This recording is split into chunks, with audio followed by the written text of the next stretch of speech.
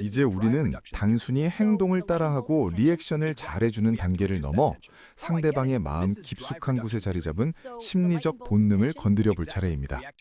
여기서 우리는 클라크 헐의 추동 감소 이론이라는 강력한 무기를 꺼낼 수 있습니다.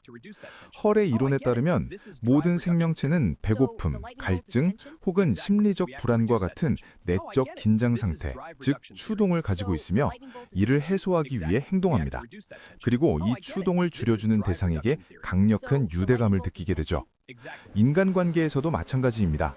처음 만난 상대방은 누구나 무의식적인 긴장과 결핍을 가지고 있습니다. 내가 오늘 실수하지 않을까? 이 사람이 나를 어떻게 생각할까?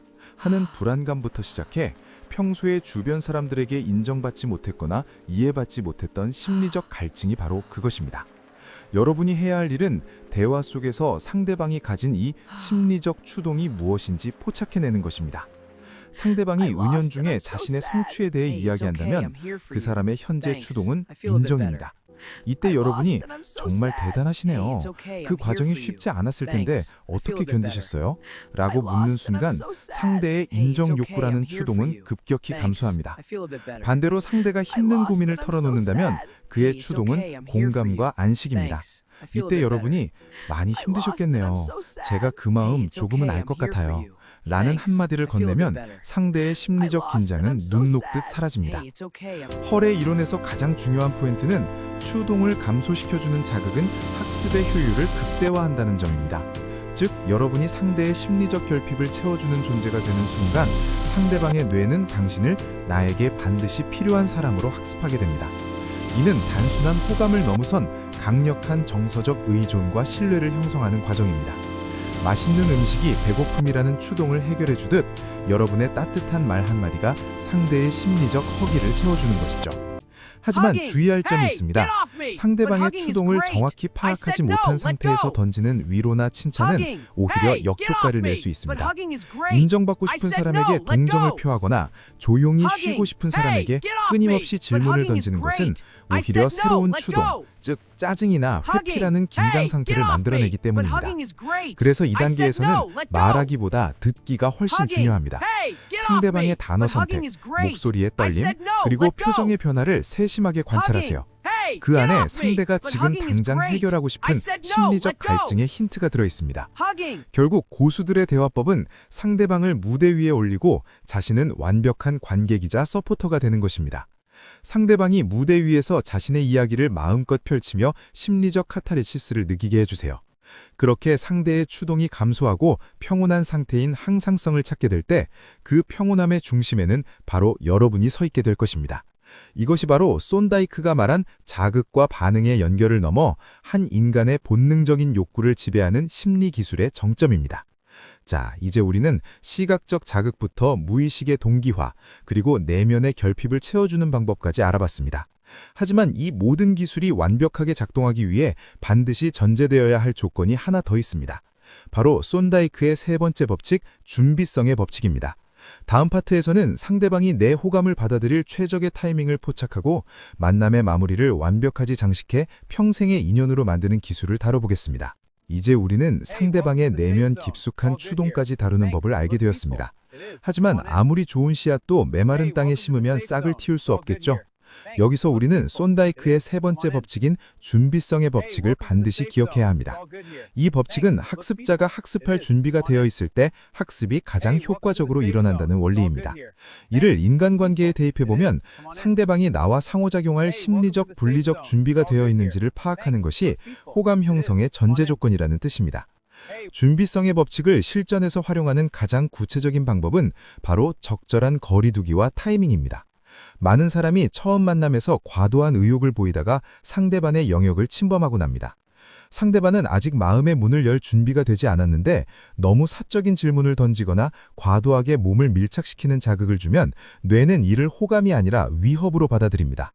준비되지 않은 상태에서의 자극은 오히려 거부감이라는 강력한 반작용을 불러일으키죠. 진정한 심리기술자는 상대방의 눈빛과 몸짓에서 준비 신호를 읽어냅니다. 대화 중에 상대방이 몸을 나 쪽으로 기울이거나 눈맞춤의 빈도가 높아진다면 그것은 이제 더 깊은 자극을 받아들일 준비가 되었다는 긍정적인 신호입니다. 이때가 바로 앞서 배운 미러링이나 추동 감소 기술을 본격적으로 가동해야 할 타이밍입니다. 반대로 상대방이 자꾸 시선을 피하거나 휴대폰을 만작거린다면 그것은 준비가 되지 않았다는 신호입니다. 이럴 때는 자극을 잠시 멈추고 여백을 주는 것이 오히려 호감을 사는 길입니다. 이제 대화가 무르익어 마무리 단계에 접어들었다면 우리는 마지막 심리 기법을 적용해야 합니다. 바로 다니엘 카너먼이 제안한 피크앤드 법칙입니다. 인간은 어떤 경험을 회상할 때 가장 강렬했던 순간과 마지막 순간의 감정을 바탕으로 전체를 평가하는 경향이 있습니다. 첫인상의 3초가 문을 열었다면 마지막 3초는 그 문을 잠그고 열쇠를 여러분의 주머니에 놓는 과정입니다. 손다이크의 연습의 법칙을 다시 떠올려 보세요. 만족스러운 결과가 동반된 자극과 반응의 연결은 반복될수록 강해집니다. 만남을 마무리할 때 오늘 대화 중에서 가장 즐거웠던 포인트나 상대방이 내비쳤던 핵심 추동을 다시 한번 이야기해 주는 것입니다.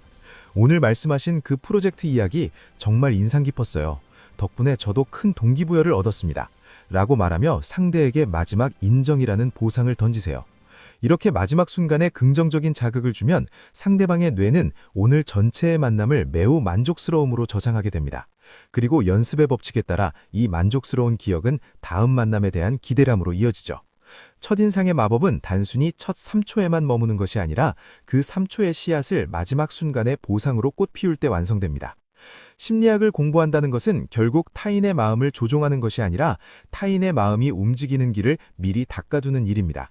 자극과 반응의 원리를 이해하고 상대의 준비 상태를 살피며 적절한 보상을 설계하는 과정은 상대방을 진심으로 존중할 때만 빛날 것입니다. 기술은 도구일 뿐 그 도구를 휘두르는 것은 여러분의 진심이기 때문입니다. 자, 이제 마지막 단계가 남았습니다. 오늘 우리가 배운 이 방대한 심리 법칙들을 어떻게 여러분의 일상에 완전히 체화시키고 어떤 상황에서도 무의식적으로 튀어나오게 만들 것인가에 대한 이야기입니다. 마지막으로 모든 내용을 하나로 꿰은 총정리와 함께 여러분의 매력을 영구적으로 업그레이드할 최종 실천 로드맵을 제시해드리겠습니다. 자, 이제 우리는 손다이크부터 거스리에 이르기까지 행동주의 심리학의 거장들이 발견한 보물 같은 원리들을 모두 섭렵했습니다.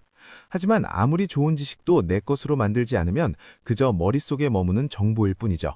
마지막으로 우리가 주목해야 할 것은 손다이크가 수정하고 보완했던 연습의 법칙의 진정한 의미입니다. 손다이크는 초기에 그저 반복만 하면 연결이 강해진다고 생각했지만 나중에는 만족스러운 결과가 뒤따르는 반복만 행동을 고착시킨다는 사실을 깨달았습니다. 인간관계도 마찬가지입니다. 오늘 배운 기술들을 억지로 한꺼번에 쓰려고 하기 전에 여러분이 가장 편안하게 느끼는 기술 하나부터 시작해보세요. 카페에서 주문할 때 점원에게 3초의 미소를 먼저 보내보는 것, 혹은 친구의 고민에 추동 감소 이론을 적용해 깊은 공감을 표현해보는 것부터 시작하는 겁니다. 이런 작은 시도들이 상대방의 밝은 미소나 깊어진 대화라는 만족스러운 결과, 보상으로 돌아올 때 여러분의 뇌는 이 기술들을 자신의 것으로 완벽하게 학습하게 됩니다. 이것이 바로 단순한 연기가 아닌 여러분의 매력 그 자체가 되는 과정입니다. 여기서 한 가지 꼭 당부드리고 싶은 것이 있습니다. 우리가 심리학 기술을 배우는 이유는 상대를 내 맘대로 휘두르기 위해서가 아닙니다. 오히려 상대방의 마음이 움직이는 원리를 이해함으로써 불필요한 오해를 줄이고 더 깊은 진심을 전달하기 위해서입니다. 기술은 포장지와 같습니다. 아무리 화려한 포장지로 감싸도 그 안에 담긴 내용물이 부실하다면 결국 상대방은 실망하게 마련입니다. 여러분이 건네는 미소와 리액션, 그리고 공감 속에 상대방을 향한 진심 어린 존중이라는 알맹이가 담겨 있을 때 오늘 배운 심리학의 법칙들은 비로소 마법 같은 위력을 발휘할 것입니다. 마지막으로 오늘 배운 내용을 3단계 로드맵으로 정리해드리겠습니다. 첫째, 준비와 자극의 단계입니다. 문을 열기 전 스스로 준비성의 법칙을 점검하세요. 내가 상대에게 집중할 준비가 되었는지 확인하고 첫 3초 동안 최상의 시각적 자극인 미소를 던지십시오. 둘째, 동기화와 보상의 단계입니다. 대화가 시작되면 미러링을 통해 상대와 리듬을 맞추고 효과의 법칙에 따라 적극적인 리액션이라는 보상을 제공하세요. 상대방의 결핍된 추동을 채워주는 대화를 이어나간다면 유대감은 더욱 깊어질 것입니다.